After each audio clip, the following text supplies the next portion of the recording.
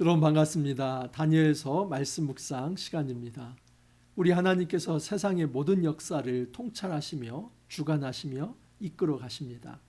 그러므로 우리는 그 하나님의 역사를 신뢰하며 우리 하나님의 능력을 신뢰하면서 하나님이 보여주신 뜻에 따라서 이 역사를 바라볼 수 있어야만 합니다. 우리 하나님께서는 말씀을 주십니다. 말씀을 주신 이유는 단지 개인의 심령 구원만이 아니라 이 땅의 역사가 어떻게 회복될 수 있을까 하는 것까지도 말씀을 하시는 것입니다. 참다운 기독교적 역사의식을 갖는다는 것은 하나님의 시각으로 세상을 보는 것입니다. 하나님 말씀으로 이 땅의 역사가 어떻게 흘러가는지를 통찰하는 것입니다. 우리는 말씀 적용을 나의 심령에만 적용할 때가 많습니다. 내 마음이 우울할 때에, 내가 힘들 때에 이 말씀이 힘이 되어서 다시 회복되는 거, 여기에만 초점을 맞춥니다. 조금 더 확장이 되면 우리 가정에 어려움이 있고 우리 가정에 자녀의 문제가 있는데 이 말씀이 어떻게 적용이 될까, 여기까지 생각을 합니다. 여러분, 하지만 이 말씀이라고 하는 것이 내 개인과 가정 여기에만 끝나는 것이 아니라 여러분, 분명히 이 말씀은 이 세상을 바라볼 수 있는, 이 역사를 바라볼 수 있는, 그 통찰할 수 있는 눈을 우리에게 주시고 이 말씀으로 하나님께서 이 땅의 역사를 어떻게 바꿔나가실까 하는 것을 우리에게 보여주십니다. 그러므로 말씀을 읽고 묵상을 할 때 단지 개인적 적용에서만 끝날 것이 아니라 그 적용이 공동체적으로, 그리고 그 적용이 이 민족과 국가와 이 세상의 역사로 확장이 될 수 있어야만 합니다. 여러분, 출애굽기 묵상을 할 때 그때가 한참 우리 코로나 시대이지 않았습니까?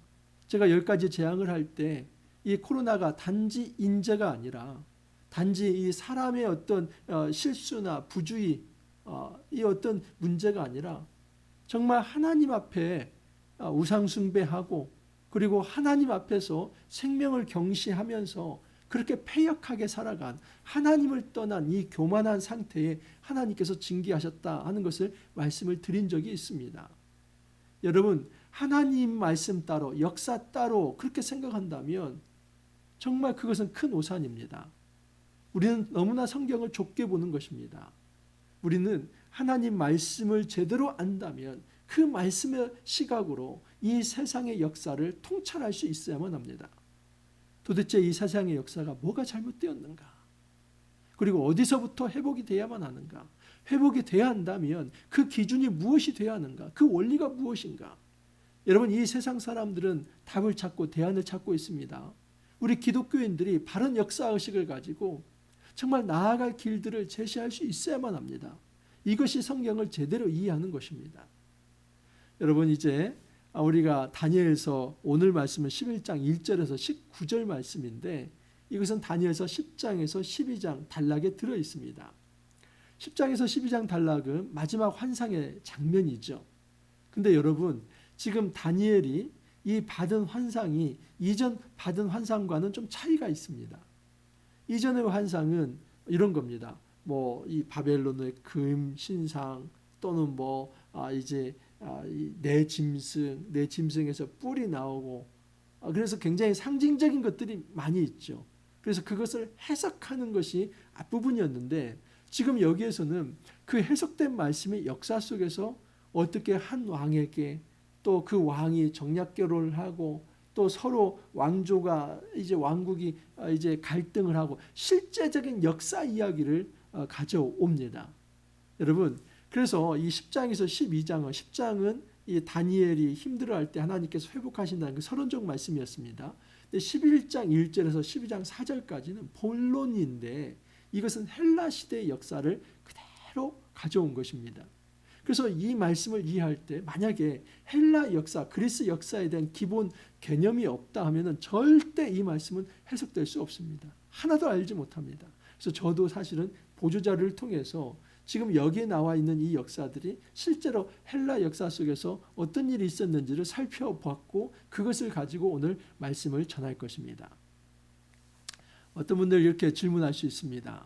목사님, 다니엘이 BC 605년에 끌려왔는데 이 헬라 역사는 지금 BC 4세기 또 3세기 이렇게 되는 건데 도대체 그러면 지금 다니엘이 헬라라는 말도 다 들었고 또 페르시아라는 말도 다 들었고 그렇게 해서 그 말대로 그대로 이렇게 지금 되는 겁니까? 이렇게 질문하는 경우가 있습니다.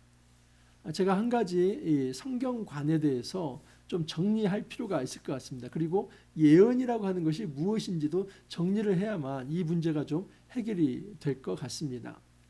여러분, 히브리어 성경 정경이 우리에게 정경으로서 히브리어 정경으로 39권이 정경으로 받아들인 것은 AD 90년 얌리아 회의입니다. 그리고 그 전에 이제 BC 3세기부터 BC 2세기까지 현재 이집트에 있는 그 알렉산드리아 이 북아프리카 지역이죠.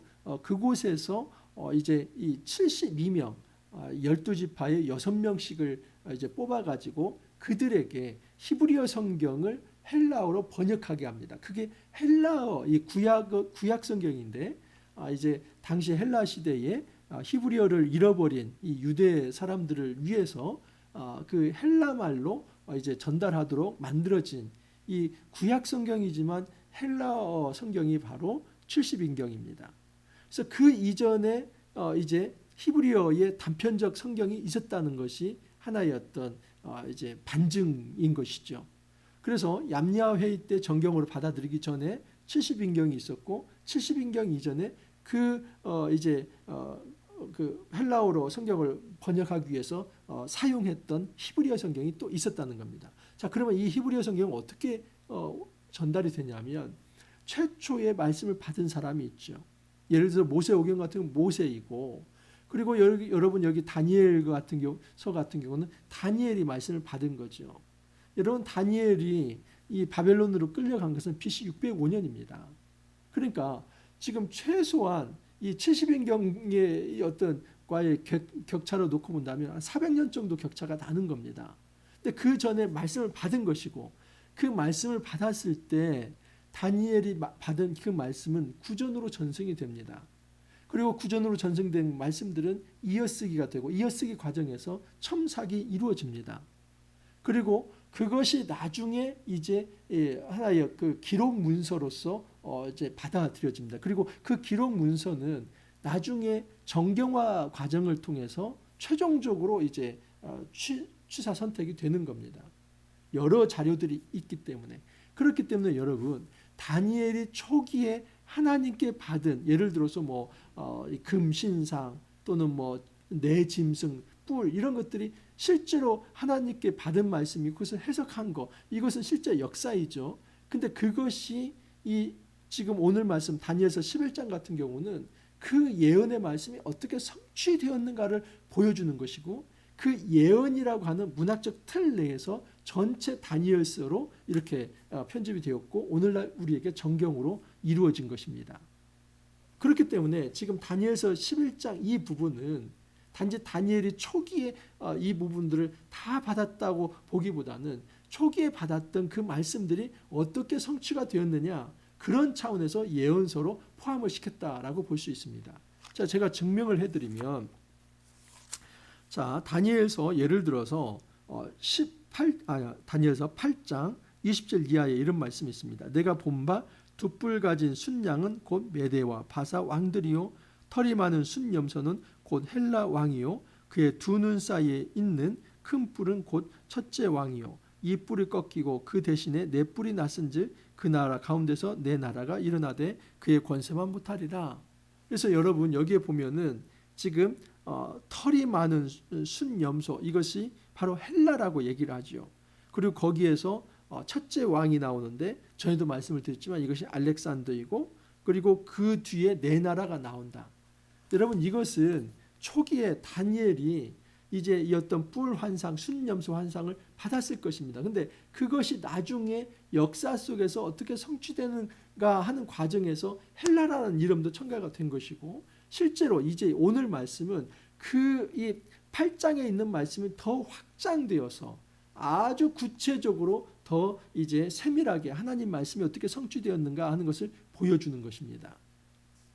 우리는 이 예언이라고 하는 것을 단지 미래의 일을 말하는 것을 예언이라고 생각을 합니다. 여러분, 예언에 미래의 일을 말하는 것이 포함되어 있습니다. 하지만 오늘날 우리가 예언을 어떻게 이해를 해야 할까요?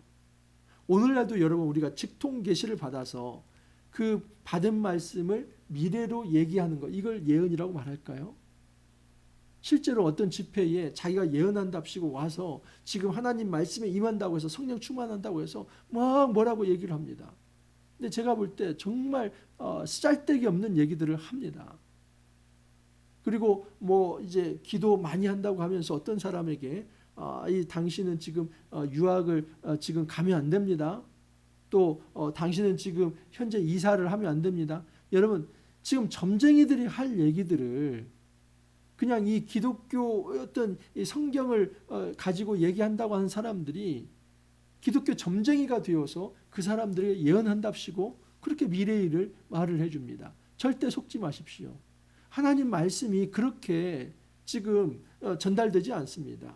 오늘날 예언이라고 하는 것은 계시의 증언인데 그 계시는 완성이 되었습니다. 성경 66권이 계시입니다. 이것이 계시이고 그 계시를 증언한다는 것은 그 성경 66권을 잘 풀어서 말을 하는 겁니다. 성경 66권을 잘 풀 때에 이 세상의 역사와 적용을 시키면 대충 이 세상의 역사가 앞으로 어떻게 전개될 것인가를 말할 수 있지요. 그런 의미에서 그 길로 가서는 안 된다고 하면서 선지자적 메시지를 전달할 수 있는 겁니다. 이렇게 성경을 해석하면서 이 역사를 적용시켜서 그 이제 하나님의 말씀을 전달하는 것, 이것이 바로 예언이지, 그냥 어떤 신비적으로 직통으로 받아서 그 말도 안 되는 것을 떠벌리는 것을 예언이라고 그렇게 말을 하고 거기에 현혹되어서 따라가서는 안 된다는 사실입니다. 자, 서론적으로 이것을 말씀을 드려야만 지금 어떻게 이렇게 구체적으로 다 미리 예언되었습니까? 이런 질문을 안 하는 것입니다. 여러분, 다니엘이 초기에 받은 환상들 다 맞습니다. 하지만 그것이 나중에 이렇게 역사 속에서 예언이 성취되었구나, 그 총괄적인 이 통시적 관점에서 이제 다니엘이라고 하는 이 묵시 문학으로 완성이 된 게 다니엘서다, 그렇게 이해를 하시고 이 11장을 받으시면 좋겠습니다. 자, 먼저 생각할 것은 이 페르시아와 이 헬라의 한계입니다. 자, 1절에서 이제 4절 말씀인데 1절에서 2절이 페르시아에 관한 것이고 그리고 3절에서 4절이 이 헬라에 관한 이야기입니다.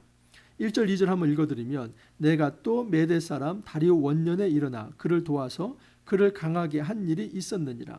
이제 내가 참된 것을 내게 보이리라. 보라, 바사에서 또 새 왕들이 일어날 것이요 그 후에 넷째는 그들보다 심히 부유할 것이며 그가 그 부유함으로 강하여진 후에는 모든 사람을 충동하여 헬라 왕국을 칠 것이며. 이것은 지금 페르시아 역사를 요약한 겁니다. 여기 보면 내가 또 메대 사람 다리오 원년에 일어나 그를 도왔다. 그러니까 이 문장으로 놓고 보면 이 나라고 하는 천상적 존재가 다리오 왕을 도왔다라고 생각할 수 있습니다. 여기는 이제 메대 왕이지만 사실은 메대와 페르시아는 동맹 관계였기 때문에 페르시아로 볼 수도 있습니다. 자, 그런데 이 말씀이 지금 이 나라고 하는 존재는 이미 어제도 말씀을 드렸지만 이 가브리엘 천사로 볼 수 있습니다. 그러면 가브리엘 천사가 다리오 왕을 도왔다 이렇게 볼 수 있는가? 그렇게 볼 수 없습니다. 왜냐하면 어제 말씀에 이런 말씀이 있습니다. 13절 이하를 보면, 그런데 바사 왕국의 군주가 21일 동안 나를 막았으므로 내가 거기 바사 왕국의 왕들과 함께 머물러 있더니 가장 높은 군주 중 하나인 미가엘이 나를 와서 도와주므로. 여러분, 우리 하나님께서 지금 이 다니엘에게 가브리엘을 파송을 하는데 그 가브리엘을 막았던 존재가 누구냐면 바사, 페르시아의 군주입니다. 페르시아의 수호신이 지금 이 가브리엘을 막았습니다. 그렇기 때문에 지금 이 가브리엘이 페르시아의 이 어떤 다리오 왕, 메대지만 이 페르시아라고 볼 수 있습니다. 페르시아의 다리오 왕을 도왔다라고 말하기는 어렵습니다. 그렇기 때문에 여기는 이 나라고 하는 존재는 가브리엘이고 그를 도왔다고 할 때는 이 그는 바로 이 미카엘을 도왔다라고 볼 수 있습니다. 그래서 지금 1절이 말하는 것은 하나님 나라 역사를 하나님께서 주관적으로 이끄시는, 눈에 보이지 않지만 영적으로 하나님께서 그 역사를 이끌어 가신다는 것을 이야기하는 것이고, 2절이 바로 페르시아 역사입니다. 이제 내가 참된 것을 내게 보이리라. 보라, 바사에서 또 새 왕들이 일어날 것이요 그 후에는 넷째 왕들이 있을 것이라고 얘기를 합니다.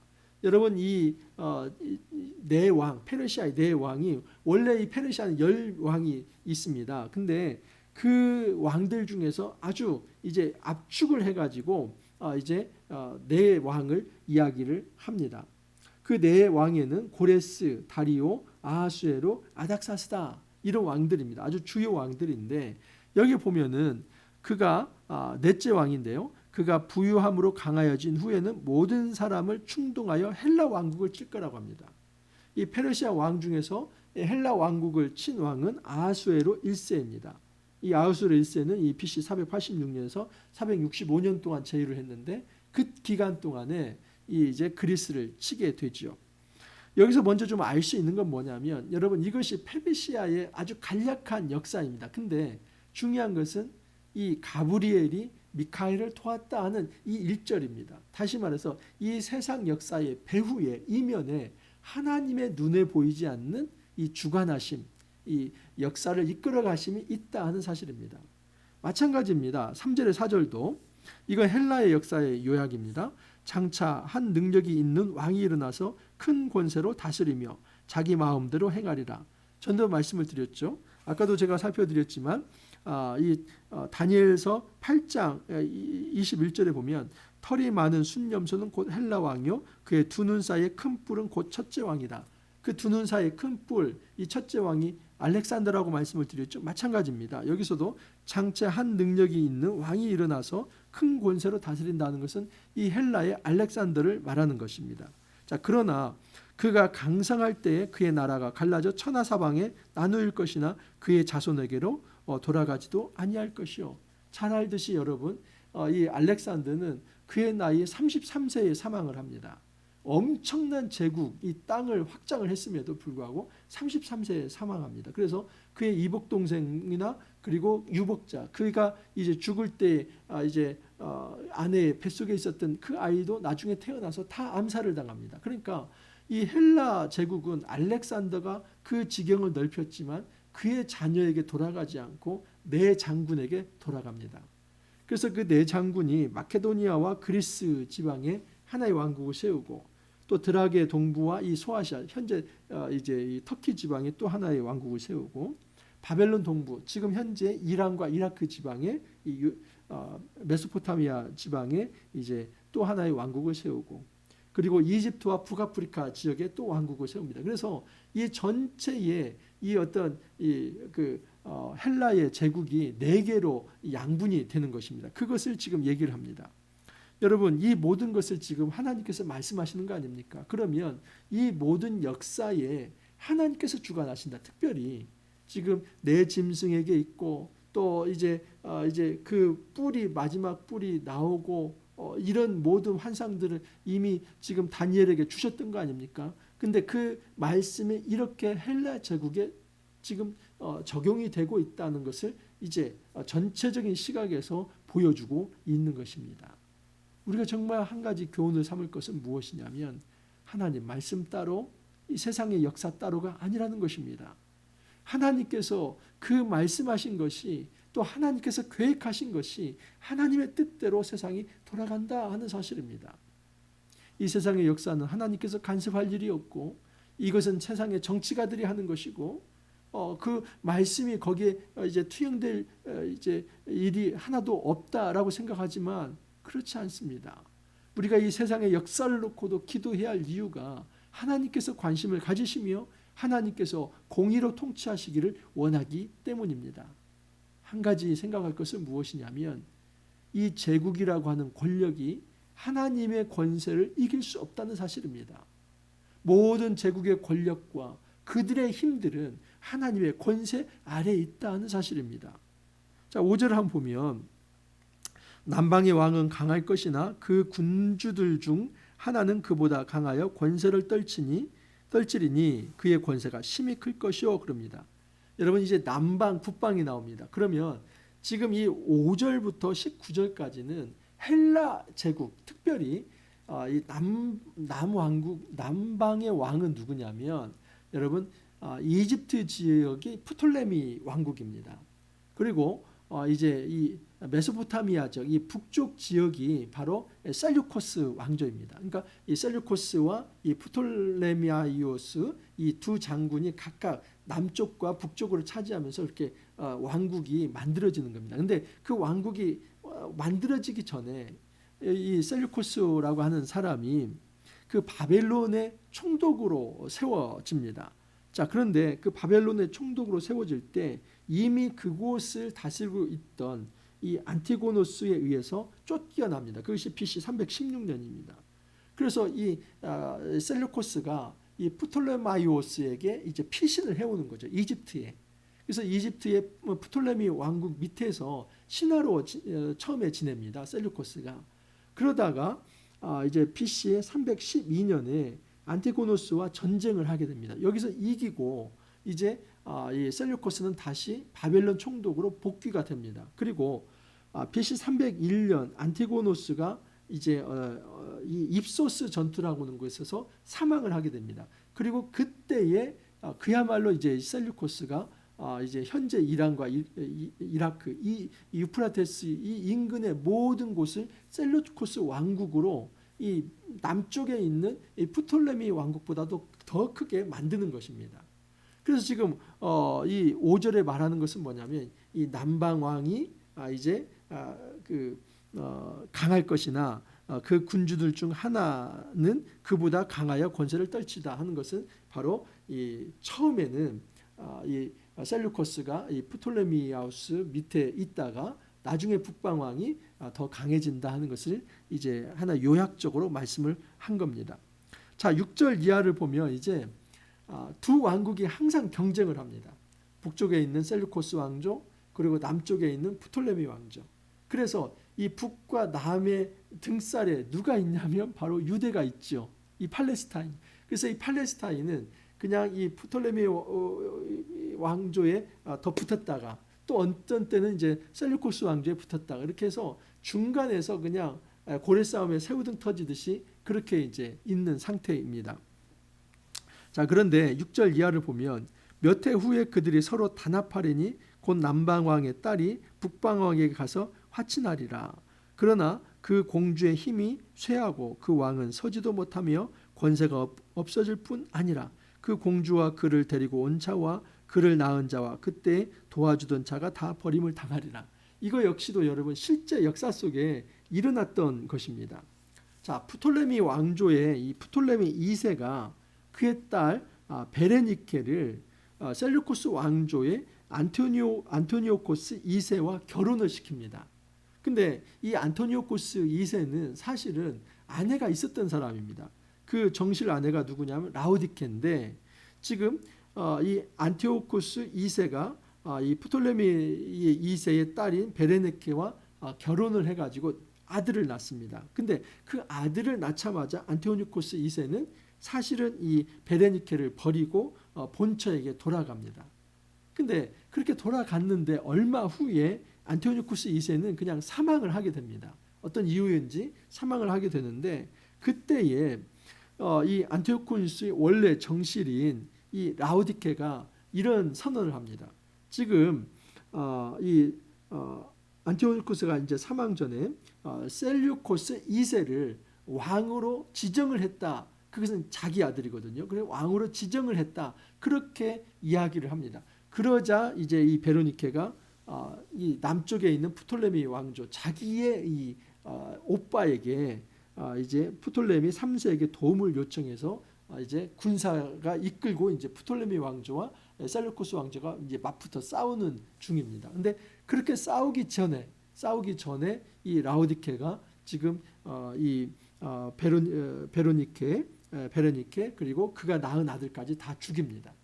그래서 그것을 응징하기 위해서 이 프톨레미의 3세가 지금 북진을 해가지고 이 셀루코스를 굉장히 장악하는 이 장면이 바로 7절 이하입니다. 자, 그래서 그러나 그 공주의 본 족속에게서 난 자, 바로 프톨레미 3세이겠죠. 한 사람이 왕위를 이어 권세를 받아 북방왕의 군대를 치러 와서 그의 성에 들어가서 그들을 쳐서 이기고 그 신들과 부어 만든 우상들과 은과 금의 아름다운 그릇들은 다 노략하여 애굽으로 가져갈 것이요 몇 해 동안은 그가 북방왕을 차지하리라. 이 시리아 전쟁이 굉장히 여러 번 있습니다. 근데 처음에 이제 이 프톨레미가 승기를 잡았다라고 볼 수 있습니다. 하지만 자, 9절을 보면 북방왕이 남방왕의 왕국으로 쳐들어갈 것이나 자기 본국으로 물러가리라. 여기 북방왕은 누구냐면 그 뒤에 여러분 이제 이 셀루코스 왕조의 이 셀루코스 2세가 안티오코스 2세의 아들이죠. 그래서 정실과의 낳은 아들인데 그가 성장을 해가지고 남왕국을 쳐들어왔습니다. 하지만 이제 쳐들어오다가 그냥 다시 또 돌아갔어요. 근데 나중에 이 프톨레미 왕조를 또 공격한 사람이 누구냐면 바로 이 셀루코스 2세의 아들인 안티오코스 3세입니다.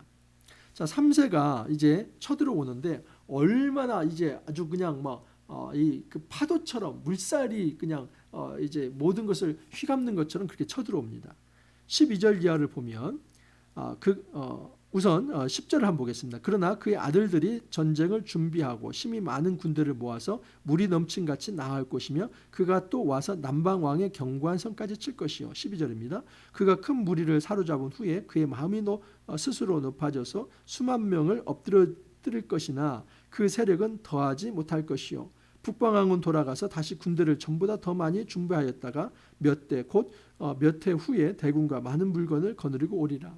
그래서 이 한 번에 된 것이 아니라 왔다가 또 다시 가서 군대를 이제 소집을 해가지고 더 강력하게. 그래서 결국은 여러분 이 전쟁 이후로 이제 한 100년간을 이 셀루코스 왕조가 그 팔레스타인과 이집트까지도 장악을 하게 됩니다.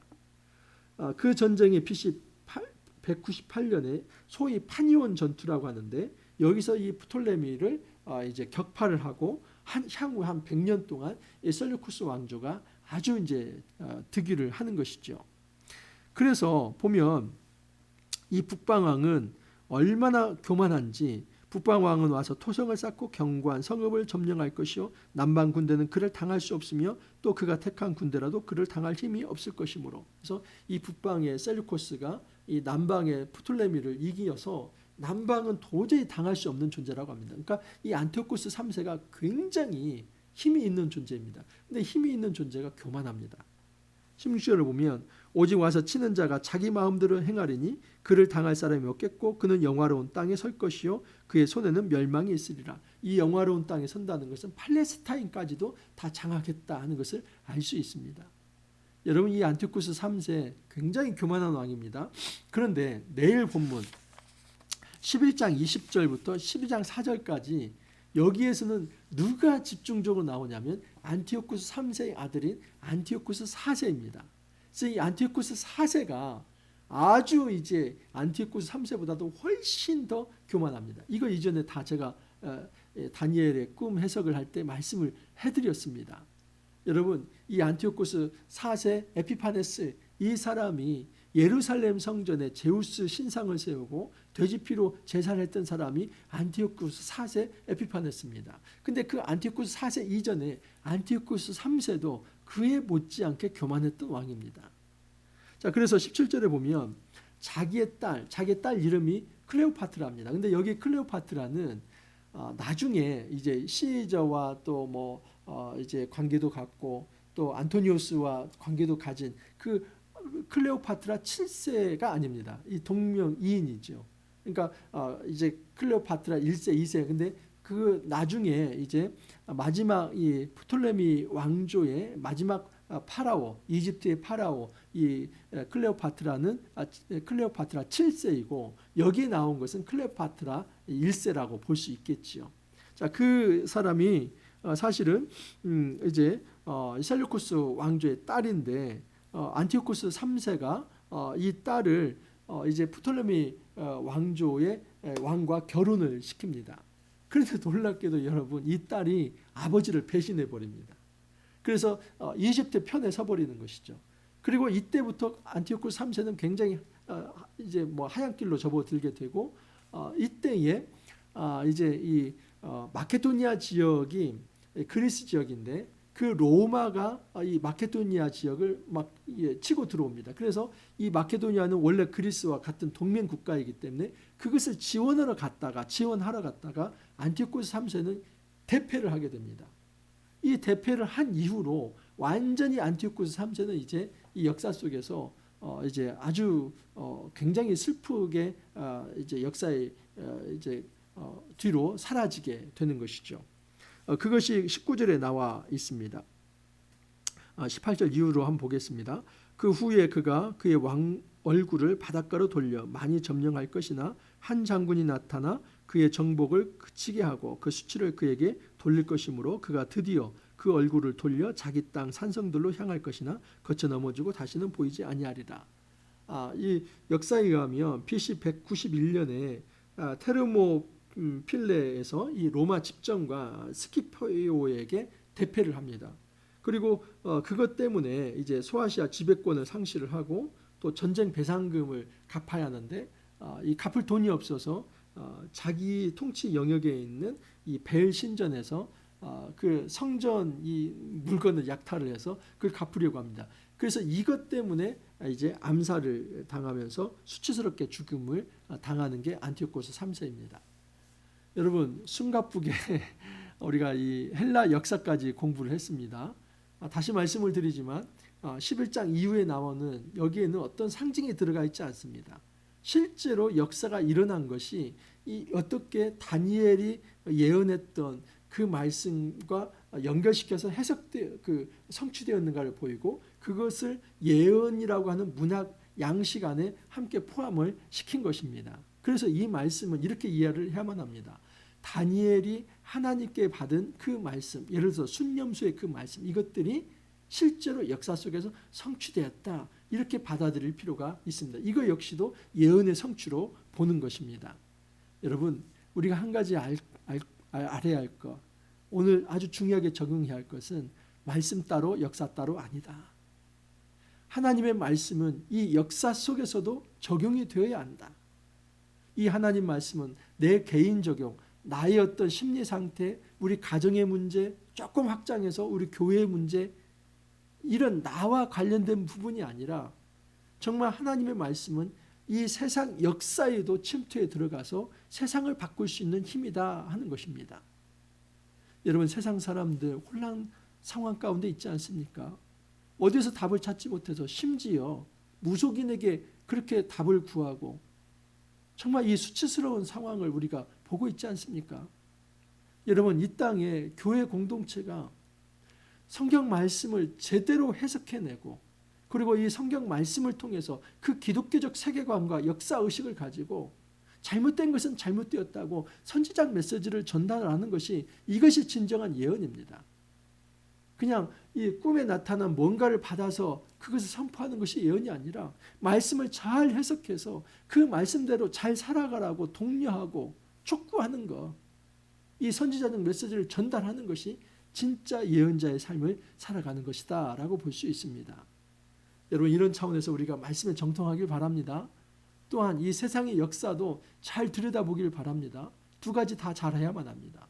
그리고 하나님이 주시는 이 성령의 능력과 또 성령의 조명 속에서 말씀을 잘 풀어서 정말 이 세상이 잘못된 것에 대해서는 그렇게 가면 안 된다. 또 잘하는 것에 대해서는 격려할 수 있어야 합니다. 그래서 우리가 이 말씀으로 이 세상을 바꿀 수 있는 그런 힘을 가질 수 있기를 간절히 소망합니다. 기도합니다.